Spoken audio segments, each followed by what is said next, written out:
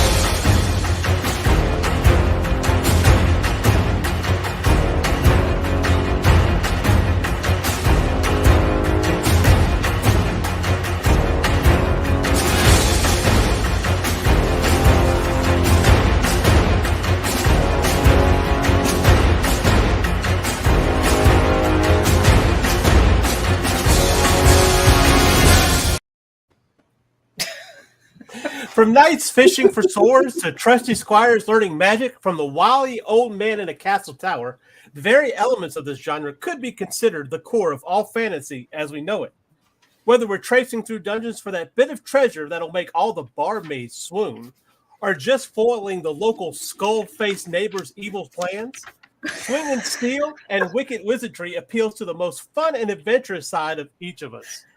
I'm C Michael Lanning, artist of independence and scribbler of the mad, inviting you to join the Dispatches panel for an hour or more as we discuss the genre of sword and sorcery. On tonight's panel, starting up, is our trusty ranger, Randy Zimmerman. Randy, introduce yourself, sir. Trusty ranger. Listen to you. Well, you did just come back from a trip, so I thought I was the Gandalf of comics. Anyway. Hey everybody, I'm Randy Zimmerman. I'm thinking you're a wizard just to find out you're a ranger. I just Zim the White. Demoting me all the time. I've been in comics for decades and done all sorts, everything that you can imagine outside of work for be a cog for the big two. Done conventions, retailed for a while, did my own newspaper for a decade with comics and entertaining articles and fun stuff in it. I just love this business. So I love talking about it. So I love being on the air. So here I am. All right. And of course, we have with us mind-melding Mitch Rogers. Mitch? Mitch the mind melder. Yes, as always. I'm Mitch Rogers. I am the independent writer, artist, and creator of the horror series The Boger and the Flesh and Blood collection. All right. And of course, returning as our newest panelist, jesting Jarrett Lockhart. Introduce yourself, Jarrett. Well, I like to jest. I'm just a nerd for hire. You know, I have aspirations of creating comics, and here I am exploring nerd stuff and sword and sorcery today.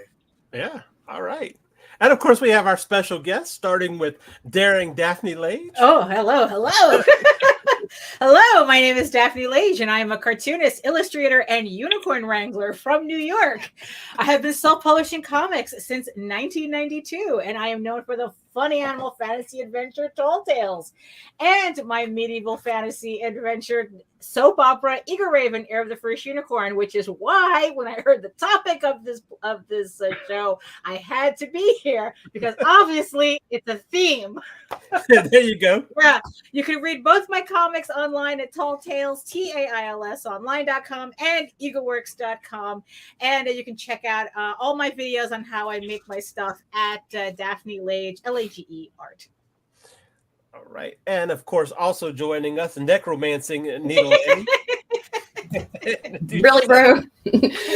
My name is Needle Lanning. I'm a writer, vlogger, blogger from Southeast Louisiana. I'm married to that dude up there. And Well, wait, No, over there. Over there. Over there. Yeah, I am the CEO. Congratulations, man. Broadcast network. Please tell me beforehand. And of course, joining us in the chat is Allison. Hello. Hey, Allison. Hello, Allison. Talking swords and sorcery without me. I see how it is. Yeah, exactly, right? We're here. You and anybody else is more free to join us in the chat. Let us know. We're more than happy to. That's what this show's about. Is discussing anything for anybody that's out there. So there we go. So the origin of sword and sorcery says can be traced back to literary modes and genres such as the mythological tale, the epic poem, the historical novel, and the pulp short story. Although sword and sorcery as a distinct subgenre emerged in the 1930s with the work of R.E. Howard, creator of anti-hero Conan the Barbarian, the term was coined in 1961 by Fritz Lieber in response to an open letter by fellow author Michael Moorcock. Moorcock had asked for a From the Gotta chat. have more. Do you see why I'm messing up on that name? Don't know why that would cause a lump in your throat. More, please. Moorcock had asked for a label of the kind of fantasy adventures Howard wrote. Lieber wrote, I feel more certain than ever that this field should be called the sword and sorcery story. This accurately describes the points of culture level and supernatural element, and also immediately distinguishes it from the cloak and sword historical adventure story, and quite incidentally from the cloak and dagger international espionage story too. Now we were talking before we came on here. There are some people that will fight you and make statements that sword and sorcery and high fantasy are two completely different things. I don't understand that. And also for the plebs in the audience, that's fine. It means you get to discover all these wonderful things. Fritz Lieber is the creator of Fafard and Greymouser, and Moorcock is the creator of Elric. So look it up. Is the difference high fantasy because there's elves and sword and sorcery doesn't typically have that? Well, I guess. Well, you see, I never understood that distinction either, because it's kind of like the difference between like hard sci-fi and soft sci-fi and all that. Like for some reason, every genre has people who want to like nitpick the crap out of it. So yeah, so I guess like high fantasy, I guess would be considered like Tolkien, I guess. It's because they don't like rabbits. But it's still sword and sorcery. Oh my god. They have to go through all of this hair splitting. Yeah, exactly, right? But sword and sorcery implies more Conan. So, so it's like it's more barbarian-esque. Right, yeah. Exactly. They tend to be more adult. But I was today years old when I found that out.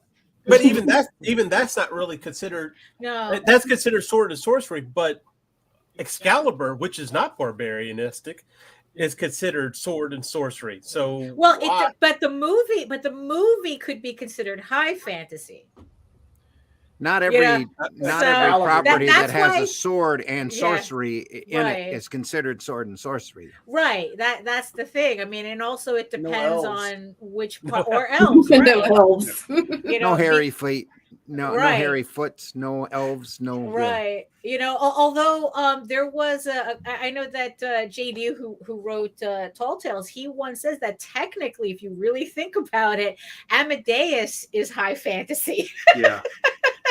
So, tomato. Yeah, exactly. The hair splitting. It really is. It really is. And then you're just talking about furries at that point. Right. Hello. Hail, Greg. Hail, Chad. Yeah. Hail. Yeah. Now, Allison says sword and sorcery tends to deal with themes and scale. Now, here's the interesting thing, though. You say that, but I did find something, and don't ask me where I found it, but I did find it. Wikipedia? No, I'm sure it's the most reliable source on the internet. Right. Oh, yeah. Now, technically it is. Technically it is. It outpaces the Encyclopedia Britannica in terms of accuracy. Wow. Really? That's just sad. Yeah. Tomato. Sometimes I would question that. Yeah. But what I did find is high fantasy is marked by deep moral concerns and focused on world-threatening issues. The stakes in sword and sorcery tales are usually more personal, and the protagonists morally compromised. Star Wars and Star Trek. I got it. Yeah. Right. Yeah. Okay, I guess that again, like Tolkien and I mean, I guess let's see. So Game of Thrones would be high fantasy too, technically, and then I guess like something like Willow would be sword and sorcery. Garbage. I would consider Willow to be high fantasy as well because it has height challenge people. Little people. Oh no! High fantasy. High and low fantasy. Correct term is little people. Send all your emails. Send all your emails to. Here's the thing: you could consider Tolkien high fantasy because they smoke a lot of pipes. That's true. So. That's true. Yeah. But also, he was different kind of high. Different kind of high. Yeah. You're thinking of height fantasy. That's what it is. Yeah. Is that what it is? That's what it is. Height fantasy. But yeah, I mean, what was it? Your love of the halfling leaf has addled your brain, or whatever the line is. You guys know what the line is. But of course, for us, a lot of us younger ones, we were raised on He-Man and She-Ra. Yeah, you were raised on He-Man. Right. Well, I saw Thundar reruns. Right, exactly. I mean, it's like, if you, gosh, it's like, because it's like, because all the terminology, that's all semantics. That's right. That's for people who really kind of don't give a shit about the genres to argue about. We're too busy enjoying it. Yeah. Because in the end, it doesn't really make a difference to me. High fantasy. Technically, it's all fantasy. Right. That's how I look at it. It's all fantasy. I mean, the themes are just different. Narnia is just as much fantastic to me as Game of Thrones. So, again, splitting hairs. It's like, why even bother? I just enjoy both of them. The question is that what is it with this genre that really does like it really does literally capture the imagination? It's almost like, it's just as much of a tribe as science fiction, as any other genre. There's just so many people zero in on every genre with a mad fandom has a world building, right? It draws you in. You see scale. A whole new world is created. Yeah. In high fantasy. Same, but even in Sword and Sorcery, you have that though. Well, here's here's the thing. So see, let's start off with you. At what point did you realize that's my jam? It's like that no matter what the story is, if it happens in a fantasy setting, that's it.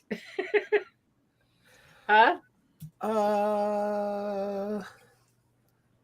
See, I've never been a Sword and Sorcery fan. That's the right. Oh, okay. Except He-Man. We'll go with He-Man. Let's say He-Man. I would consider that Sword and Sorcery. Yeah. Right. Yeah. Well, yeah. But with sci-fi elements, with sci-fi elements. So I would say I was never, as far as just recently, Thundar. I would say closer to being yeah. But the sci-fi elements definitely I do kind of enjoy that, because where do they get their power from? What is that about? But He-Man, I did like He-Man. I wasn't into G.I. Joes and stuff, so I guess that would pretty much be, I guess I'm wrong. I guess I was kind of into sword and sorcery, but I wasn't like Conan or anything else like that. In fact, I just recently watched Conan for the first time ever. Really? Which one? What? Barbarian, Arnold Schwarzenegger. Right. Okay, first one. Get out of here. That's the first time you saw it? Yeah. I've seen bits and parts of it. 10. Sometimes that can get to be a difficult watch. Conan the Destroyer is a little bit truer to the feel of what Howard was writing, just because of the pacing is faster. But it's such an awful. It's funny. Jose was watching that. Yeah, it's JD, really flawed. It is. It was good. Was watching the movie, and that's the thing too. It had everything. It had everything that a Conan movie should be. But whoever was directing it didn't know what a Conan movie should be. Yeah. And yet, on the other hand, Milius, who directed the first Conan movie, knew what it was. And he had that, there was testosterone laced and it's hardcore sword and sorcery themes all the way through that movie. Very well presented, but dry. And a lot of that movie just plods along. Right. And has a really rough time with it. I liked Solomon Kane a lot better. That just came out. Even Momoa's Conan moved a little bit better and closer to the books. Right, that's true. Because I recognized a lot of those stories that they mashed together. You know, in the for Momoa accuracy, version. yeah, Momoa's was better, but yeah, but nobody watched it. Only Hardly nobody's seen it. That and the Solomon Kane movie never got the theatrical release it deserved anyway. But well, with Conan at that point, when that Momoa Conan came out, though, you also had The Rock with the Hercules movie that was out, which was atrocious. A whole bunch of other thing, there's a whole bunch of other things. That, and in all honesty, if you come up with Arnold Schwarzenegger being Conan and as big as he appeared to be at the time, because if you go back and you watch, it's like, yeah, he's big, but he's not as big as you put him in your mind. Momoa is not near about as big as Schwarzenegger is, and that's who you maybe not. You look at the Marvel comics when you look at Conan, he's still pretty stacked. He's still pretty big. Well, you go back and you look at the Barry Windsor Smith comics, though, that's drawing Conan as a thief in his younger years. He's not nearly as big, as say John Buscema goes in and draws him so dynamically later. Right. And the thing is that if you go to the actual pulp novels, because I remember seeing these covers, Conan, because you got to remember the word barbarian is just the Roman word for not Roman. It doesn't really, mean what we think it does. So I saw these old covers and they had Conan looking more like Prince Valiant in Roman armor.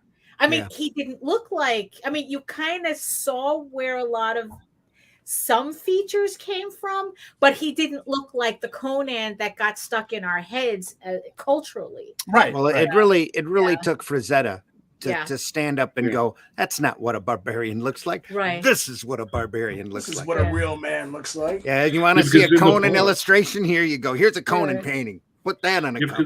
The descriptions in the books, he is fairly large. It's been forever since I've read the Conan story. Right. He is large. Right. I recently you turned me on to the YouTube channel, Randy. The golly, I guess it's been a year now. The one with the ice princess or ice giant princess. The first Conan story, the Frost Giant's daughter. The Frost Giant's daughter. Yes. Yeah. Try to get a hold of the European version of that story. It's really good. But there are audio books of all of the Conan. And most of the Howard material that was before Conan. The thing with Howard is he would make a character and then he would stay in that character until he was done with that character, and then he created a new one. So all of the kind of like a method writer. Yeah, all of the Solomon Kanes were all written in a group. All of the Bran MacMorns were written in a group. All of the Call of Atlantis were all written in a group. And he was tired of trying to come up with history and dig up history. He's got we were talking off camera about the letters he was exchanging with Lovecraft. Right. He created the Hyborian Age on purpose so he didn't have to research history. And he stuck it in a period there wasn't anything written in, and here you go. Between the time of the sinking of Atlantis and this stuff happened, this guy came out of the north, and he was a shit kicker. That's called Conan. That's a really so one of the books that I still am trying to read, because that's the thing with a lot of these iconic characters is that so speaking of Fritz Lieber, so I was I'm getting through to read, I guess like the first book is like Swords and Devilry or something. I think that's the first Fafard and Grey Mouser. I keep trying to keep myself from saying Foxfard and Grey Mouser, which Fafford. Is the it's what I always call them, Fafard and Grey Mouser. Yeah.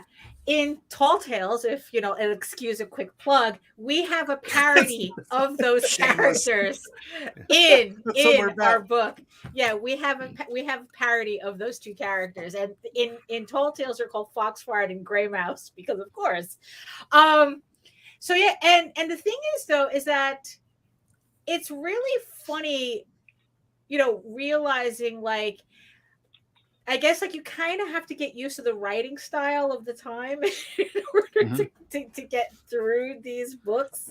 So that's kind of the challenge. But the thing is though, it's like I think that it's at least important to try so you get a feel for why these characters are iconic.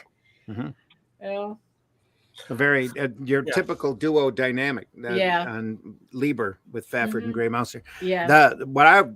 What I loved, and I haven't read the Fritz Lieber prose, so I haven't had that challenge yet. But Marvel Epic Comics had all of the Fafford and Gray Mouser stories adapted, and they were all adapted incredibly well by Mike Mignola. And if you ever get a chance to find those, I don't think they've been reprinted in a long time. Here. Oh, there you are! Look at that. Yeah. Right now that I have my shelves here. How old is that? How old is that printing? 10 years. Oh my goodness. And who did it? Well, it's Dark Horse. Dark Horse did this. That explains it. And this is from March 2007. Okay. There we go. Well, that's nice to know it recently had a reprinting. Yeah. So. 2007. That's not surprising. If Mignola is slow, they'll stick something out there that he's done because he's always going to be. Oh, and it's a brilliant body of work. Put it that way, in atmosphere, and it's Mignola figuring out what he was doing, and you can see so much of what he learned in Fafford and Gray Mouser that he put into Hellboy as far as his talent goes. Right. It's just a brilliant work. Yeah, his output at that time was amazing because he also did Hellraiser, some of the best Hellraiser stories, I think. Hellraiser was an anthology. There were a lot of people that did Dark Horse too, material. No, Marvel did that for a long time. Epic, yeah. Oh, shout out to the chat for still debating what's high fantasy and low fantasy. Tolkien, they are still going at it. Tolkien is still they're still fighting over whether Tolkien is high fantasy or regular fantasy. Stop splitting your hairs. The rabbits can't take it. Can't we all just get along? No, we cannot. It's all great fantasy. Hey, well, Bob, most of it is great. So what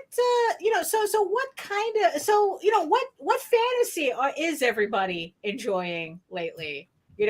Old fantasy, new fantasy. Like what's everybody into right now? Is there new fantasy besides the Wheel of Time type crap? Well, whatever. Crap.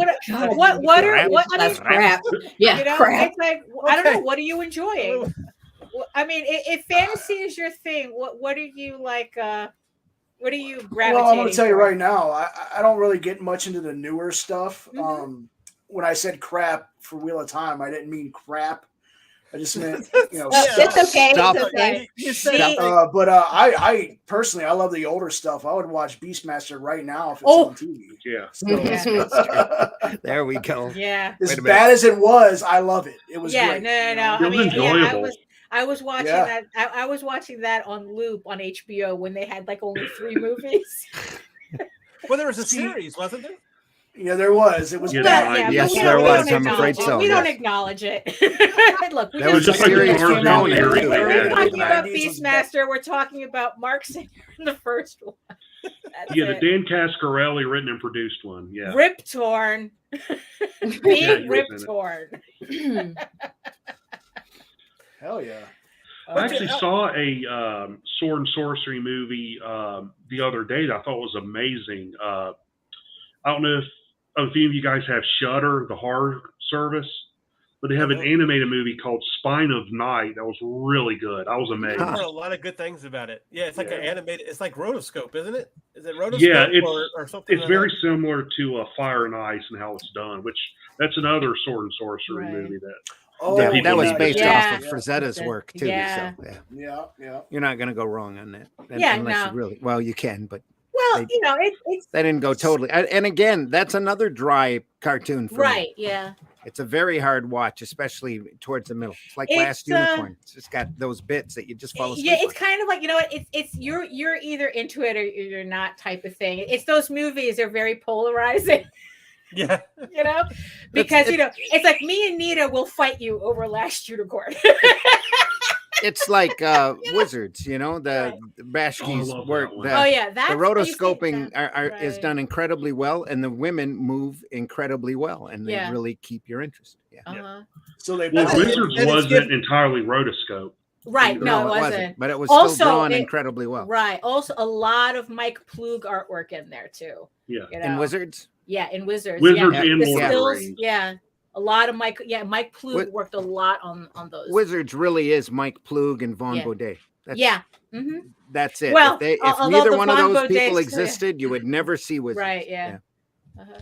Mike Plug also did the storyboards to The Thing, so just putting that out there. Sure. So Daphne, put you on the spot. What was your introduction to the fantasy sword and sorcery? Right. Oh, I was actually thinking about this, and it's like, because it's like I said, it's just so specific, and honestly, like I really cannot imagine a time where I wasn't into fantasy, and I think that has a lot to do with the fact that I was literally born in a medieval city.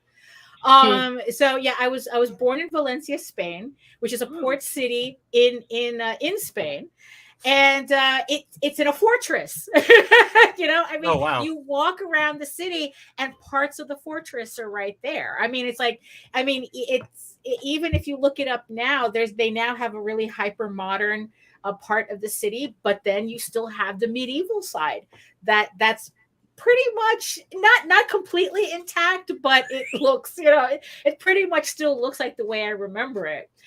And I guess I've just been exposed to that and the artwork from the region and everything. I was living in museums practically. So there's just being surrounded by all that classical art kind of dovetailed. It just was like a natural progression into fantasy. So because it's like for me it's like there's like a lot of tropes and things that if it was like anything else I would be like, that's boring, that sucks, this like slice of life I hate, but put it in a medieval setting and I'm there. It's like, there you go. It's kind of weird little thing like that. Like it kind of like has to be that specific. But like the stuff that I'm enjoying recently is I'm all over The Witcher. I got my greasy hands all over The Witcher. I'm enjoying Berserk, the manga. I'm enjoying that. There's and look, it's like this is how hyper specific my fixation is. I am literally playing a porno hentai game that I'm only playing it because it's in a medieval setting. Yeah, we believe you. Yeah, what's the name of this? Seeds of Chaos. Seeds of Chaos. Okay. Seeds of Chaos, man. That's modern my game. Technology. That's my game. Yeah. Jared is writing that down. Yeah, exactly. No, it's like for real. Yeah, exactly. I was looking up how to do visual novels. And I came across that game because all roads lead to porn. So, yes, you come across this badass game, I always end up on Pornhub. Right. And also, and then it's like one of like now here's the thing too. So another thing that I'm really into is European comics. And again, it blurs the line of what fantasy is. So here, like this one is one that I enjoy, which I was told it translates to Throne of Clay, but it is about like Joan of Arc, like the kind of like the story of Joan of Arc. But even though it's supposed to be like a history, like kind of like history, there's still I don't know, it still comes off as fantasy to me. Because that's kind of a mistranslation on that title, then, huh? Right. I'm not really sure. It looks like Throne of Sweaters. Right. Well, yeah, I know that's Argyle. All right. No, they said it was. They told me it was clay. Okay. And then this other one, Eagles of Rome. Oh. Right. Again, it's like, even though it's kind of based on history, it still comes off as very fantastical to me. So it's like, so would this count as fantasy? Right. But then I have the one that's obvious fantasy, which I love having my books finally close enough to me. So this one's definitely fantasy. Hold on, let me get you blown up. Yeah. So this one, I do not know what that title translates to, but it's kind of like the Crocs. Yeah. Yeah. It's a book of crocodiles. It's probably not a crocodile in there. It's kind of like, no, although it could be, because it's about a wolf and a fox, and they have like these Baron Munchausen type adventures. Oh wow! Do they wear shoes with holes in them? Right. That's kind of, so this is, this is I just got that. So this is actually fantasy. Yeah, I got it too, but I'm ignoring it. So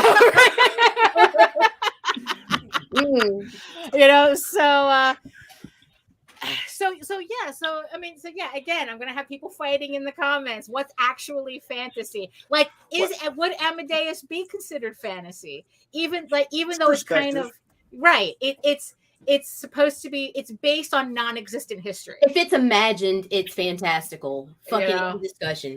Right.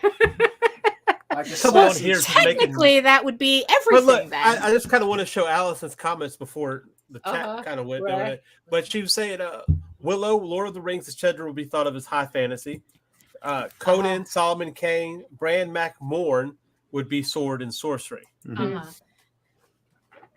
But I even have a list that states Willow as being they all claim both ways, in my opinion. Yeah, again, they're all fantasy to me. Yeah, well, it's kind of like the other talk about B movies the other week. I mean, it's so loose that there's really no point in arguing. Right, it's all hair splitting again. So if you don't like it, does that consider it a B movie for you? Not for me, no, because I love B movies. Yeah, I love B movies. Yeah. Yeah, I think B movies they do have a criteria they have to it's fall budget. Under. It's budget. Oh, is that what the B? That was a whole nother show at another time. And if you haven't watched Sword and Sorcerer or Krull or Hawk the Slayer, right, because those are B movies. Those are B fantasy movies. For Sword and the Sorcerer, and I could not find it. I wanted to watch this movie because it looked like he has like a sword that shoots something. Is that? Yeah, it's a three-pronged sword. It's a sword that shoots other swords. Yes. There's a riff tracks because it was written by a 12-year-old. Zelda shit. There's a riff tracks of Sword and Sorcerer on Tubi. Right. If you like riff tracks, I do, riff tracks. But I really want to check out the movie on its own. But if you want to, you might be able to rent that off of YouTube. Right. I couldn't find it, but I'll have to try to check it out. But if I really had to say something that actually drew my attention to the genre, would be, of course, my wife introduced me to the Dark Elf trilogy by R.A. Salvatore, which is Dragonland or Forgotten Realms. Yeah. Now here's the thing. So Dungeons and Dragons, is it so versatile that it can be played as high fantasy or sword and sorcery? Yeah, I would think so. I mean, that's the whole point of the game. I've only played 2 games in my life, and I didn't finish either one. So right. I couldn't. I don't know. It's like, but then again, it's like I'm the type I'm not really into games. That's why the fact that I'm playing this one game is so surprising to me. Because I usually don't like games. I don't have the patience for them. Unless it's pornography. Right. Yes. But well-written pornography, because the story kills me. She's an artist. She's doing her research, man. Yeah, exactly. It's all research. But Nina, you have a book. You have books that you wanted me to read called the what is it called? Oh my God. Okay. So, like, unlike Daphne, I didn't grow up around medieval awesomeness. I grew up in a mental institution because my parents didn't know how to raise children. And one of the first books I picked up to read on my own was Dragons of Autumn Twilight. And I was introduced to the world of Kryn through the whole freaking Dragonlance novels. And so I love all those books, all of them. And then later Salvador and Tolkien and just that's it, man. It just snowballs. There's no sword. It's all fantasy to me. It's all fucking fantasy. Yeah, exactly. Well, I guess it would be high fantasy, but I love the. I was high. Makes sense. I was following an Australian author. She passed a few years back because of cancer, and unfortunately never finished her 9-book series. But it was called The Wayfarer Redemption, and I guess it was high fantasy, because it did have an epic scaleness and no elves, but there were some different races of creatures, like the Akari. They were like bird-like people who Daphne might like because they were kind of promiscuous with their own family members. Oh, which is hey, a look, are you thing. implying that just because I'm into No. furries, I'm into porn? I'm into porn. I was going to say, I on understand its that's own. a big thing right now. Furries and porn. No. No, But you find which it is a theme in a lot of fantasy novels is Pornography. fornication within the family. So. Well, I don't know what books you're reading. Not even. I my tried porn to read the Game of not even my Thrones books, porn and that's game has garbage. that. Well, there's a lot of familial relations in those But the books. thing is, though, because there's a real reference for that. I mean, it's like if Right. you look up the Habsburgs, and it's like, again, going back to Spain.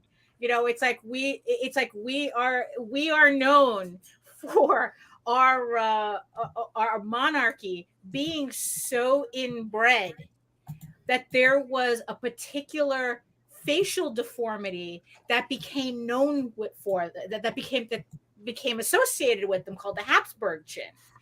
And I think the last king of Spain, I forgot, well, before like the modern line kicked in, like his face was literally so deformed, like he was pretty much a functional vegetable because of I'm the glad inbreeding. my Spaniard ancestors moved around then. Right. Well, mine was. It didn't matter. You could be Egyptian too. Sheep shepherds. So we kind of like stayed away from that. Yeah, that's so. You got to be high class to be incestuous. That's right. Exactly. It's like they married off Arkansas. nieces to uncles for generations, and even when you look at their paintings, which, mind you, it's like these are from artists who were paid to flatter beyond absurdity. And they still looked the way they did in the paintings. I mean, so this is a real thing, the whole incestuous line. I mean, that's so I understand when you're talking about fantasy and they have that in it. It's like, oh yeah, I know where that comes from. Yeah, right. Yeah. See, mother and son, no, that's too taboo. Right. Grandma No, and usually grandson? it was uncles and nieces. Well, you look at mother and son. What was it? Egyptians were brothers. The and Greeks, sisters. for that matter. Yeah. I keep wanting to say Mark Antony. No. Dominated half the world. Alexander. I kept wanting to say Andrew for some damn reason. Genghis Yes, Khan. He might be great George as well. the Great. Phil the Great. Andrew the mediocre. Yeah. I did see something that was interesting that suggested that 300 I can't think of what the name of it is. Titans. The Spartans. Wrath of Titans. The Clash of the Titans. Thank you. Uh-huh. And all that is considered a form of sword and sorcery. Again, that's people splitting hairs. Yeah, again. Yeah, and it's like and like I said, I really I don't see, and that's the thing. I don't see the point of that type of argument. That in the end, it's like that's just fandom wank, to use fandom wank. To use some wank.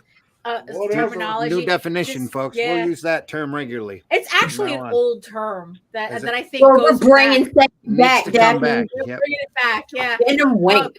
Fandom wank. And I think it just takes away from it. It's literally, let people enjoy what they want to enjoy. Right. Type well, of movies maybe. But even still, you do have some type of structure here to gear people, because let's say, for instance, we say all fantasy is fantasy, but that's not necessarily true either, because you have urban fantasy, you have dark fantasy, exactly. You have different types of fantasy that kind of fits that element. Right. So exactly. Yeah. If you go, I like fantasy, but I don't like elves. Right. What do you point to? What's the idea behind their ears? That? Well, you would have to look up. Yeah, it's like you would have to look up their ears.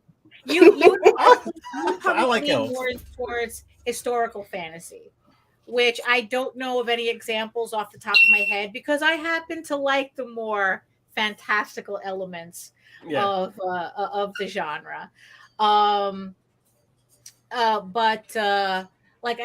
Let's see, because just like if you don't like dragons, you would have to look into certain types of fantasies that that would be more like Ben-Hur, Gladiator. But then again, I don't know what they're arguing about. They're still, No. That's she's responding to the myth. Basically, those are mythologies or whatever. Well, 300 was a historical. Right. Was a historical account. Although the thing is, though, it's like, it's, I guess, because the thing is, though, because then it's like this brings up the question about the whole argument about realistic fantasy, and it's like, it's like, okay, so I like fantasy, but I also enjoy it when it doesn't take itself seriously, which is the reason why I really got into The Witcher, because you can tell the author just really doesn't give a shit if something is historically accurate. I mean, it's like he doesn't care. And if you really want to watch people splitting hairs, there's entire Reddit threads about how particular things in The Witcher technically are not supposed to exist together because they were discovered hundreds of years apart. And it's like, so what about, it's like the part that there's a fucking Witcher in it, I mean, did that throw you off? Well, elves didn't exist at this point in time. Right, so exactly. The people who are like, this is the people, like, I remember this now, mind you, these arguments go back decades, because I remember, speaking of fandom wank, that there was an argument in Dragon Riders of Pern fandom over the difference between how Anne McCaffrey did her dragons and Mercedes Lackey did her dragons. It's like, because Pern dragons are more realistic because dragons can't talk. And I go, did you just hear the words coming out of your mouth? Right? Did you?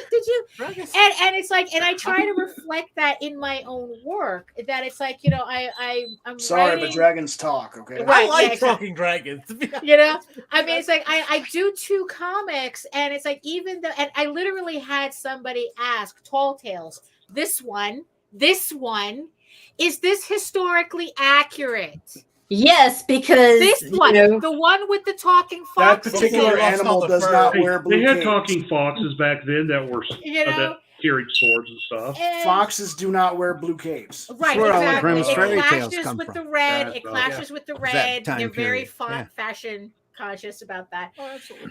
And the thing is, though, it's like, and there just came a point where it's like, and the thing that I liked about The Witcher is that it gave me permission to bug out in my work. So when I started doing Eagle Raven, my other book, I really started to throw a lot of fantasy conventions out the window. I literally have a 12th century talking fox that's addicted to Swedish fish and coffee. I don't want anybody arguing with me how Swedish fish and coffee do not exist in the 12th century. And I go, talking fox. It's like you want to fight. Talking fox. No, really. It's like, I've seen these arguments are insane. And it's like, that's part of the fantasy, you goofs. I think we've gotten from a creator's mind. Yeah. What are you going to argue about? To the point where we're so accurate. I Right. think it was Grant Morrison who made the statement that it's easier to write for children because they don't have to question why. But if you write for a person, they want to know, why does that person fly? What's the mechanics of why that person flies? And all that could be cool. Irrelevant. It's completely irrelevant. But here's the thing, though. People confuse realism and fantasy. You see, what realism and fantasy actually means that the rules of your world make sense. And it doesn't matter what the rules are. Right. You know, like if I write my story and it's plausible that coffee and Swedish fish would exist, then it's realistic to the rules of my story. It's not realistic in the terms of realism does not mean where are all the toilets in your medieval castle and how do they work? In the corner. That is not realism. It doesn't have Wi-Fi. Did someone actually ask that? Right. You'd be surprised. Look up. There is literal medieval toilet discourse. Yeah. They didn't even have toilets. You know, actually, yes, they did. They did. Yes, they did. Okay. Oh, Yes, they did. In an aqueduct. Actually, the Babylonians had the first flush toilets. Oh, It okay. goes back. The flush toilet goes back that far. I knew the in Romans did, medieval but I didn't know yeah. that. I too But in watched the History medieval Channel. times, yeah, there were, because I had to look it up for something. Right. I think I was looking it up out of spite, to tell you the truth. And That's the best kind. As we do. right, because I was you know what? No. I was looking up bathhouses. I was looking up bathhouses. And Another of course, sexual thing. Right. Yeah, Well, of course. originally it didn't. It wasn't. Bathhouses were actually started. Actually, they were started by monks because cleanliness is next to godliness. The reason why there's the myth that medieval times was disgusting because everyone was really talking about flagellants who literally would not bathe for their faith. You know, they were a very tiny minority of the population, but everybody else bathed to the point that bathhouses were a weekly thing. It's like that because they were suffering. Right. They were suffering. So, but bathhouses were a thing that people went to almost weekly. And then there was that whole split between the monks running the bathhouses and then brothels running the bathhouses. Right. Yeah. Thank goodness. Right. Right. That's a monopoly. Which one was more fun? Right. Think? Exactly. You know? And that monks were actually responsible for the first massage parlors. But so maybe I was looking all this stuff out of spite. But it's like, but that's. But the thing is, though, is that even knowing all that, that's not realism in fantasy, because it's not about that. It's about, do the rules in the story make sense in context to the story, no matter what the rule is. I don't want to see an elf use a cell phone. Just saying. Unless it's an urban fantasy.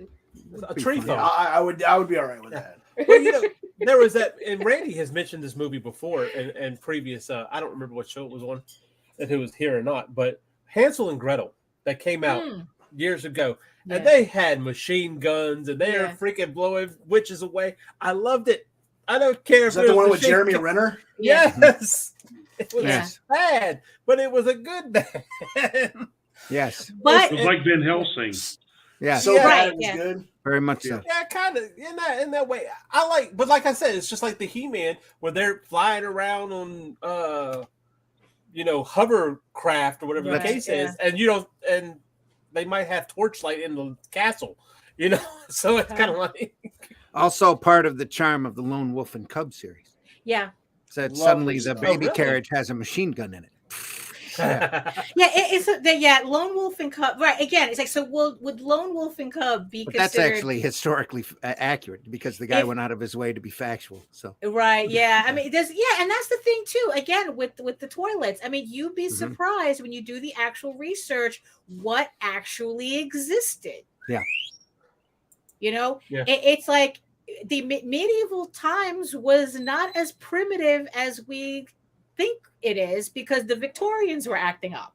Well, when it comes to plumbing, nobody wants to deal with shit. So right, well, exactly. They figure it out literally as best as they can, whether it's running water or holes or whatever. Yeah, exactly. Yep. Okay, so what started this whole thing, and the marker for sword and sorcery is Robert Howard. Robert E. Howard.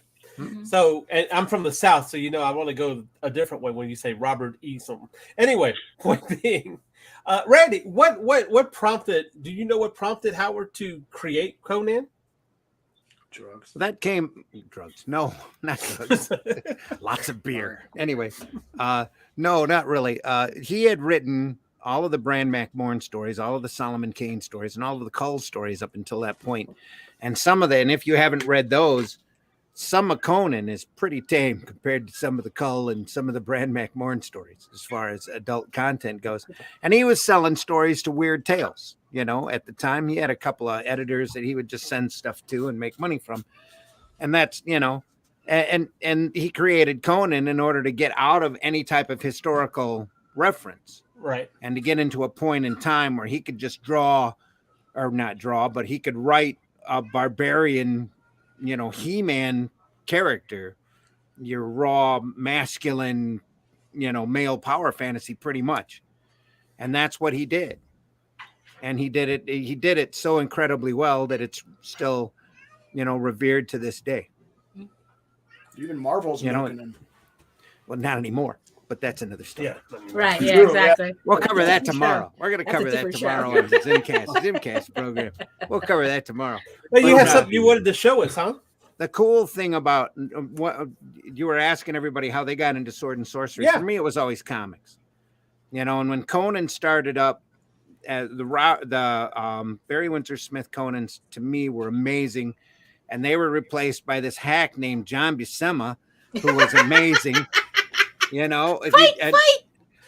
you'd go in and completely, a whole different attitude where Barry Windsor Smith's art was tender and beautiful, and Buscema's art was thick and raw and visceral and just very much Conan. But the stories were what really attracted me. And during this period, because Conan had come out at Marvel, everybody and their brother wanted to do a Conan equivalent. So you had them going through all of the old pulp novels and all of the old, any type of brand that they could find they were doing. They were doing barbarians in every shape and form. One of my favorites of those is Killraven that they did for War of the Worlds. He was a guy who was literally fighting Martians with a sword and throwing stars, because back during that period, throwing stars were what you did, But that kind of genre really embedded in comics for quite a few years. Claw, the Untamed, and just Beowulf was a comic for a short period of time. And of course, Conan, Red Sonja, and all of that stuff right in that period, very straightforward sword and sorcery material. Well, yeah, because it definitely has to come from those myths like Beowulf and the other one. That's really the other Gilgamesh. one. Thank you. Yeah, Gilgamesh. That's really the I don't know what's wrong with me. The bare start of it. That was the snowball starting to run down the hill. But really, Howard created these characters to make money and to get to tell stories. That was his whole purpose. And I don't think at the time he considered himself as creating a genre of fiction that would last for, decades and beyond. He was just out to write a great yarn in order to entertain folks so that he could sell the next yarn. I think that's where a lot of more modern people get lost. They do it for money these days. And back obviously he did it for money, but he didn't take it for granted like a lot of people do these days when they come up with an idea and they milk it for all it's worth, like Disney. Well, he never had that. He never really didn't have that opportunity because the editors at the magazines were like going, I like that last Conan story. Send me another Conan story. Well, not many So I people said, "Oh, okay." had that thought back then. I got notes. Yeah. Well, but there's creating to make money, and there's creating and wanting to make money off what you're creating. There's kind of a difference in that. So, but I don't think he was doing it in order to create a bankable IP. He was doing it to tell great yarns. Right. Exactly. And of course you want to make a living off of it, but you want to enjoy what you're doing. There are people who just want to make a living off of it. But he saw when he wrote, the rumor is he was visualizing the entire story as he was writing. And we were talking before we went live about the movie Whole Wide World. And I think that really personifies him as a writer. That shows they say the Howard estate says that it's a little over exaggerated, or quite over exaggerated, but aren't all biopics? Yeah, a lot of times they're glorified. But if you've written anything that you've gotten that you've involved yourself into, or that you've become involved in while you're writing it, you act exactly the same way as the characters do, and as D'Onofrio does in the movie. And I've got a clip of that queued up where he's telling his date, who's Renee Zellweger in the movie. I don't remember her name and the character that she was playing, but he gets in front of his automobile and describes Conan to him in his mind. This is what Conan is to. Hey, Nita, get ready for the copyright warning. Well, this is off. It's okay. It's cool. This is off of YouTube, so I don't think there's. No. They get me for everything. In fact, I have to apologize to you, Randy, and we'll talk about it after the show on that issue. Yeah, about one what? of the something we talked about on Sunday. Yeah, one of the episodes was completely blocked worldwide because of a 30-second clip from Cyber. 3-second clip. 3 seconds. 3 seconds of a what? 5-second clip. Cyber 6. Oh. Shit you not. They got us. Yeah, I remember that. The The entire entire motherfuckers episode. ought to be thanking us for reminding people you ever existed. Yeah. But Okay. anyway. Well, Okay. this you'd might be get us Narcs. slammed. I don't know. Well, the issue goes in where. So in the end, I guess just to warn everybody, we're talking about this clip now. If the next time you see this episode, there is no clip, it's because we had to remove it. But we'll take that chance right now. There's the clip. Everything goes blank. Ready? Yeah. Hit it. Are you sharing it? Yeah, it's up. It's up. All right. Here we go. Conan is the damnedest bastard there ever was. He's got a long black mane of hair, crystal blue eyes. He's a fighter, born on the battlefield. Oh, I love this already. Combat's a way of life. Sounds dreamy. All he's ever known, all he ever wants to know. He's no soldier who was taught to fight. To him, fight is an instinct. It's a part of him. Like his legs, his arms, his chest, his bull neck. Believe me, he don't take it from nobody. He'll fight man, beast, devil, or God. And when those women feel those tree trunk firm arms around their waist, They did it. they melt like butter on a hot skillet. Like butter. Oh my God. God, he's a good actor. God, Isn't that great? D'Onofrio. Jesus Christ. He could be in anything. I Pretty much. swear. Pretty Wow. Bro. Novaline Price was her name. Novaline Randy. Price. Yes, thank you. They dated for a while and remained friends up until his death. Yeah. So, but here we're at the top of that. We're going to take a couple of bumps, and then we'll be right back.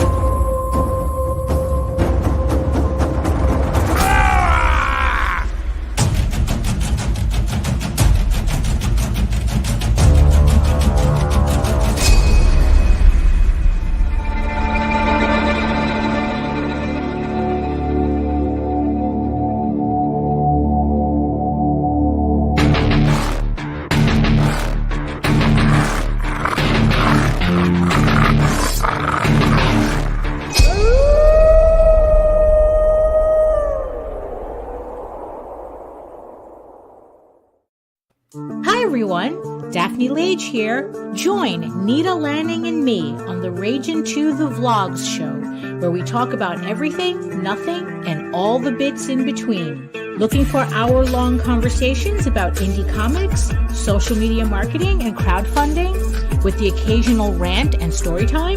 Head on over to the Ragin 2 channel on YouTube, Mondays through Fridays at 11 a.m. Eastern to join in the chat. Hit the button. Hit the button. All right. And also to remind you, whether you have a sword and sorcery or a high fantasy comic book, you want to send those off with some Gemini mailers. And to help you do that, you can save 5% on your next Gemini mailer order just using the coupon code RAGIN2. So don't forget to go RAGIN2. And also, if you weren't able to get your comments or correspondence in the chat, you can always email us at raginabc@gmail.com. Again, there's no such thing as a dumb question, but our answers might be. And don't forget to check out all the great shows that are on the Ragin 2 broadcast network. From, of course, tomorrow we have Daphne's art live stream. Yeah, this time I'm going to actually run one. Yes. There you go. So make sure you check that out. And, of course, like, subscribe, share, tell a friend, ring a bell. Do what you can, Don't Tomorrow... forget. We also have Hung on Animation with Mike Jimmy at 1 p.m. Eastern. We don't have that on the card yet, and so don't forget. Awesome. And at 9 p.m. there'll be a Zimcast. Yes, that we have to have. At 9 p.m. there will be a Zimcast. Excellent. I was going to ask why y'all weren't pitching that. Isn't there a Zimcast? Yeah, there will be. Let's see here. Now, I do have a list here. Because we love lists. No. Of the top 10 sword and sorcery movies from Obsidian Nomad. I have no idea what ObsidianNomad.com is. It's somebody looking for attention. Looking for attention. That's why they post top 10 lists. Yeah, it sounds pretentious. Go ahead. Wait, hey, look. It's all we do. Oh, wait. No, here, I'll tell you what. I'm going to go to Bleeding Cool and see if they have one. Come on. At least. Oh, yeah. There you go. Man. At least that has a. Speaking of, not being pretentious and not love posting lists for no reason. So, now, of course, they have at number 10, The Sword and the Sorcerer. Mm-hmm. Right, yeah. And so nobody argues about that. In fact, it's in the name, right? I mean, you can't really. It's right there. Yeah, you know what you're getting into. Doesn't say high fantasy. Right. That's right. However, number 9. No, the chat is still arguing about that. Number 9 is Willow. Believe it or not. Sword and sorcery, I don't see it. Honestly, sometimes I think people just put Willow because they just remember it, not because they liked it. That or they're worried about discriminating against little people. No, I really do absolutely think that they just it's kind of like people who say,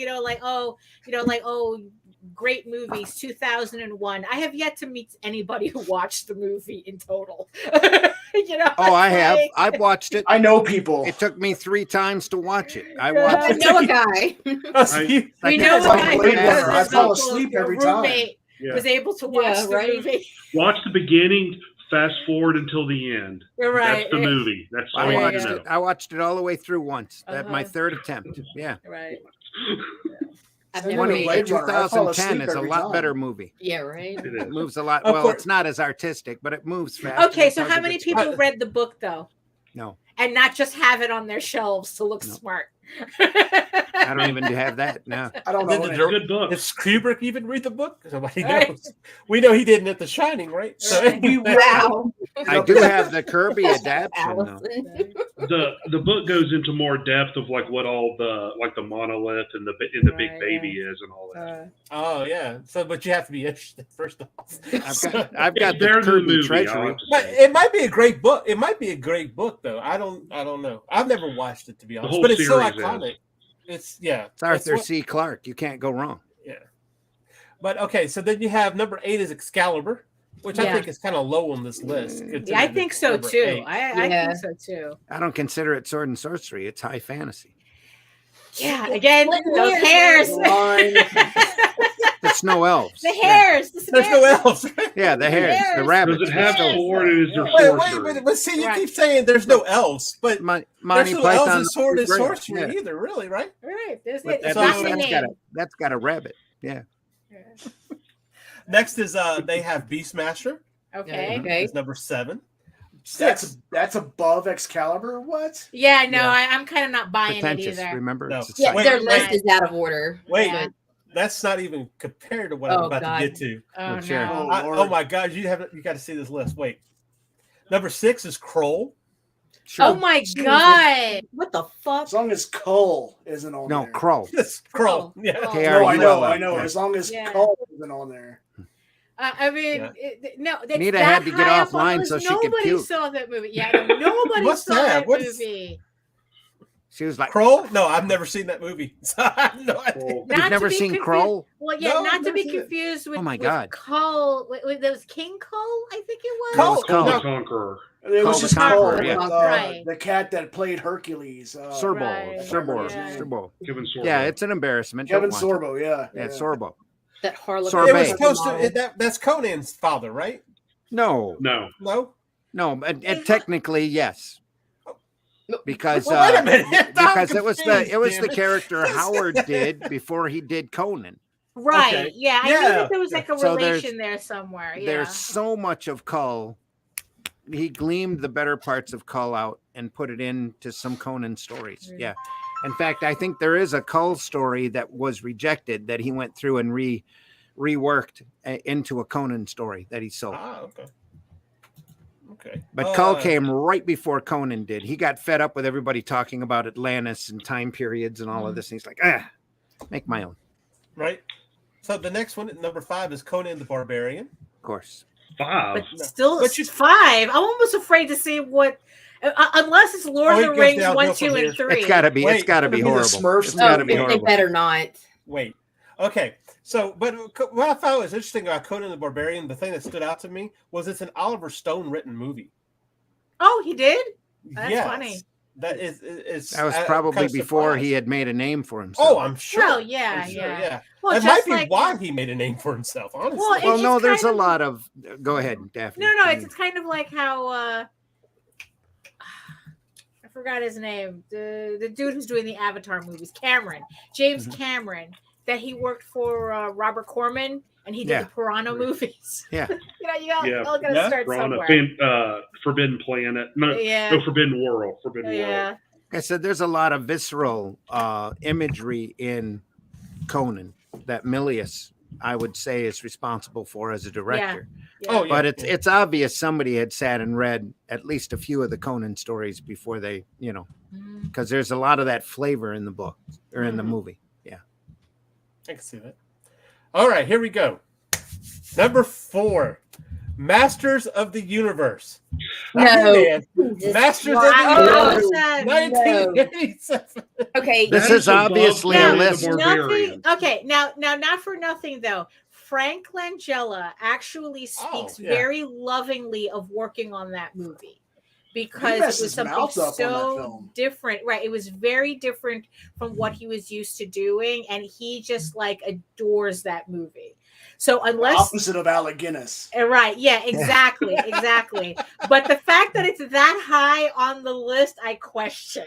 It's obviously a it list should written have by said in no somebody who was particular born in order. 1990. Yeah. it must To be be in no honest, particular order, to right? be honest, it had so much potential. Yeah. Well, But because it's He-Man, it's Dolph Lundgren, it's Frank it Langella. could have worked. Just But, like yeah, yeah. It just. What the Courtney question Cox. comes in was because the people who did Masters of the Universe had a decision to make.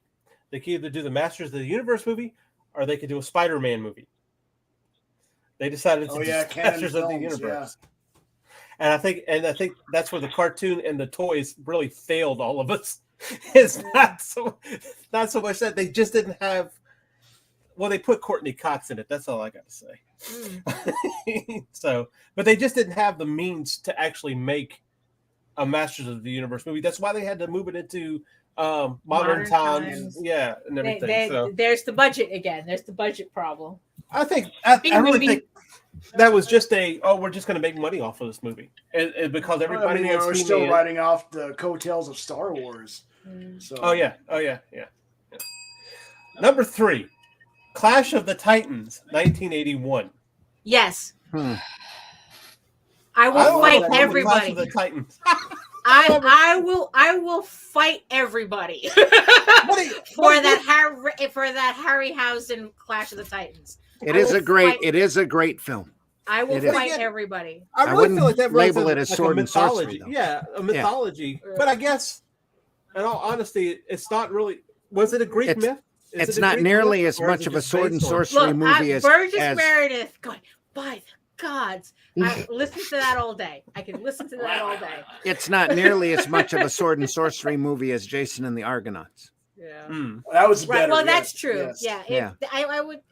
That was definitely more. Yeah, no. Yeah, Jason and the Argonauts. That was Homer, right? What? No, you're thinking of the Odyssey. You're thinking of the Odyssey. Iliad and everything. He was Jason. Well, Iliad was James Joyce. Yeah. Oh, okay. See, I had no idea. Number 2, Lord of the Rings: Return of the King. Why specifically Return of the King? Because it won all of the awards. Well, that's true. Yeah. You could tell the Oscars. You could tell the Oscars was waiting for him to release all of the movies so it can give them awards as a whole, as opposed to individual movies. Because who knows? The last one could have sunk. Yeah. Yeah. Mm-hmm. All right. Ready? Yeah. Number 1, Highlander. Oh, fuck this. Nah, wait. Who is this again? Who wrote this? This is who's responsible for this? .com. God. Now wait a minute. I don't know. That's why his site isn't very popular. Yeah, it's modern fantasy. Yeah, but is it? I would consider it to be a high fantasy story. Think about it, because you're it dealing with could both be, times. but it's also urban fantasy. Well, this list some is of it, just crap. but you were dealing with and kind of you get to have the visual. You get to have the visual of knowing that the guy who plays the Kurgan plays Mr. Krabs on SpongeBob. Of course. Clancy Brown, yes, absolutely. So you can never watch Highlander again without looking. It was like, hey, I have you know though, I knew him way before that happened. I've been following him ever since Highlander. Right. So when I found out he was Mr. Krabs, it's like, that tracks. Yeah, exactly. And Dauber on Coach is Patrick. Yeah. Yeah, knew that too. Yeah. Wow. All right, so I missed some comments here. Let's see. I'm surprised they didn't have a Tor the Fighting Eagle on that. Oh my God! List, if y'all have ever seen that Christ, movie, really? And then we would have known the list was bullshit. Yeah, they ran Excalibur. Like 4 good movies on there. Talk about incest. Right. It was just the watch hot the thing. movie. Watch the movies. It was the hot thing with royalty. Okay. He wasn't royalty though. Hail, RJ. No, that's Creators Outlet. Sorry, that's William Pace. Yeah. Sorry, William. Oh, okay. Destiny of the Years is the best live-action fourth world movie I have seen. Let's see. And if they ran Excalibur on that list, you'd have thought they'd have at least given an honorable mention to Lady Hawk. Oh, wow. Lady Hawk was good. Yeah. You know what? Even though it has Tom Cruise in it, legend. Yeah. I'm surprised. That would be high fantasy. Yeah. Legend would be high fantasy. Yeah. Mm-hmm. Tim Curry is Satan. I mean, Ridley Scott at his most visually brilliant. Yeah. My God likes it dirty. Yes, he does. No soap here. Greg says Highlander is science fiction. With swords, sure. If you see the second one, it's science fiction, but it doesn't count. If you see the second one, it's poorly done science fiction. Right. But that it doesn't a sequel count. to Highlander. That was a movie that just so happened to be called Highlander 2. No, I think it was fan made, wasn't it? True, it was a fan made movie. Might as well have been. It's a Mandela effect. It didn't happen. I don't remember that too. Right. Yeah. Yes, I don't remember there ever being a fourth Indiana Jones movie. Yeah. Crystal. Same thing with Highlander 3. That doesn't exist either. There's only one Highlander movie, and all the rest do not exist. I agree, Alice. Right, exactly. Look, I'm sorry. Y'all are going to hate me for saying this, but okay, one Highlander movie and a series. Sorry, I did like the series. It's a different world. The Highlander TV series from the Highlander movie. Right. Different universe. It's an alternate reality. Until they crossed them over. Yeah, and Duncan McLeod killed Connor. Shot everything, yeah. Which didn't make any damn sense, but whatever. Connor was like, "Take my head, Duncan," in a French accent. Didn't happen. My goodness. All right, so while we're wrapping it up, Daphne, tell us about Tall Tales. Don't we have something good coming up? Well, actually, yeah, I do have. Make her big. Well, okay, yeah. So Tall Tales is my medieval fantasy furry comic that's along the lines of the Lord of the Rings, done by Disney when Disney didn't suck. So if you like a lot of furry adventure, Tall Tales is, I guess, the book for you. And we are putting out the 4th volume of the original Thieves Quest series, which pretty much started my career in comics back in 1992. So we have the pre-launch page up for this. And right now, so that you can sign up and go to Kickstarter to get notified when the campaign launches on June 13th. We are going to do the launch live on our vlog show on that Monday. So you can join us. 11 a.m. Eastern. 11 a.m. So you can join us there as well. So the story is a story about... It's very D&D archetype kind of, story of a friend, a group of friends and warriors who are sent on a quest to find a stolen magical artifact, and they end up inadvertently getting involved in a war between the rats and the trolls, and they need, and they find out who, how their characters can hold up to such strife. The stuff we all love in this shit. Come on. There you go. It's like, the hero's journey. Right? We're all into that. Right. You definitely sold that. Some of those, right. Hey, you've been in my shit. Right. No, these are mine. You better back the hell up. That's why I always have to send 2 of everything to that household. That's right. And here's the deal. And honestly, I'm not really trying to lay it on thick, but it is one of the best books that I have read, especially coming out of the independent circuit. Every character, right. I think what's great about it is every character has a personality and they have a voice. They have a voice. That often, very much so. Same with you, Raven. All right. Thank you.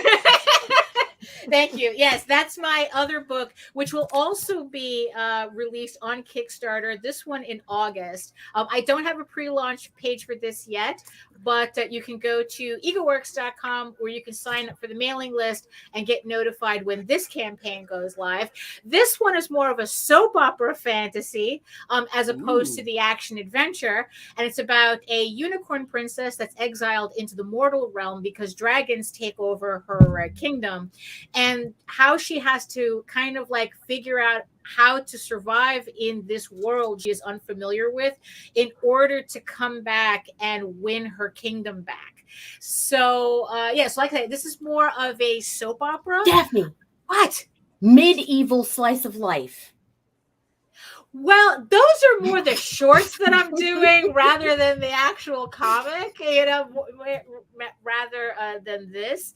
And right now I am in the process of writing. I mean, this is going to be a 15-issue series, and I'm already writing the story that comes after that because I'm just all over the place with this. So like I said, you can go to my website at egoworks.com where you can find links to both of these books. And if you really wanted to try out the both of them, you can read them for free on the website as well before you go to the Kickstarter, so that you know for sure whether this is something that you want, which I'm sure you will want these books. If you like high fantasy. Yes, if you like high fantasy, low fantasy, medium or fantasy, sword and sorcery, furry fantasy, furry fantasy for pornography. We have all the fantasy in these books. Yes. Do the dragons wear suits and ties? No, they wear armor. Well, it's not corporate fantasy. Armor. Yeah, exactly. It's not corporate fantasy. It's right. Yeah, they wear armor. I was sold until that. No corporate historical accuracy. Historical accuracy. Yeah, exactly. Right. These are very historical, accurate dragons in armor. So, yeah. So the dragons wore pantaloons. Yes. Yeah, right. Yes. All right, Only Nita, the tell us where we furries. can find you. I know where I can find you. Yeah, well, not tonight, Chris. My head hurts. No. Oh my God. On Twitter, I am at C_chaos247. On Instagram, just C_chaos247. And on Facebook, it's Nita Lanning. And anywhere you find the Ragin banner. All right, Jared, where can we find you, sir? That way they can send all their complaints to you and hentai. Yeah. And Well, hentai game. I can only get messages from That would be me. friends. So I haven't pissed anyone off yet, I don't think. Not yet, huh? No, you can find me on Facebook at Jared Lockhart 80. So hit me up. All right. Mitch? Send all your medieval fantasy porn game recommendations to him. Yeah, there you go. You can find me right there at Linktree/Celtic Cross Studios, where you can find my website, my online comics, and coming soon a merch store. Oh, awesome. That's great. Zim. You can find me on Facebook under Randy Zimmerman. You can find me on Twitter every once in a great while, under Randy Zim. I've got a link tree up, thanks to Nita, for Arrow Comics 4.0 over on all over the place, actually. You can go there for, eventually we'll be updating that. And you can always contact me at thezimcast@gmail.com. And you can hear me tomorrow night, or even see me tomorrow night at 9 p.m. on the Ragin 2 network with the Zimcast. We'll talk about the Emperor's new clothes. All right. Lack thereof. Lack thereof. We'll point it out tomorrow. All right. Of course, I'm C Michael Lanning. You can check me out, Linktree at /C Michael Lanning, Facebook, Twitter, Instagram, portfolio, whatever you need. I'm over there. Check it out. Also, I'd like to say before we leave, even though we're splitting hairs tonight, you like what you like. It doesn't matter if it's high fantasy, sword and sorcery, low fantasy, urban fantasy, or even the newly dubbed corporate fantasy. You like what you like, and that's great. We'll judge you for it anyway. That's right. Oh my God. So everybody have a good night. See you next week, where we will be continuing our fantasy month with dark fantasy. Ooh, very So nice. let's check that out. All right. So good night, everybody. Good night. And I'm leaving you with our word for the week. Take care. Infidel defilers shall all drown in lakes of blood. Now they will know why they are afraid of the dark. Now they will learn why they fear the night.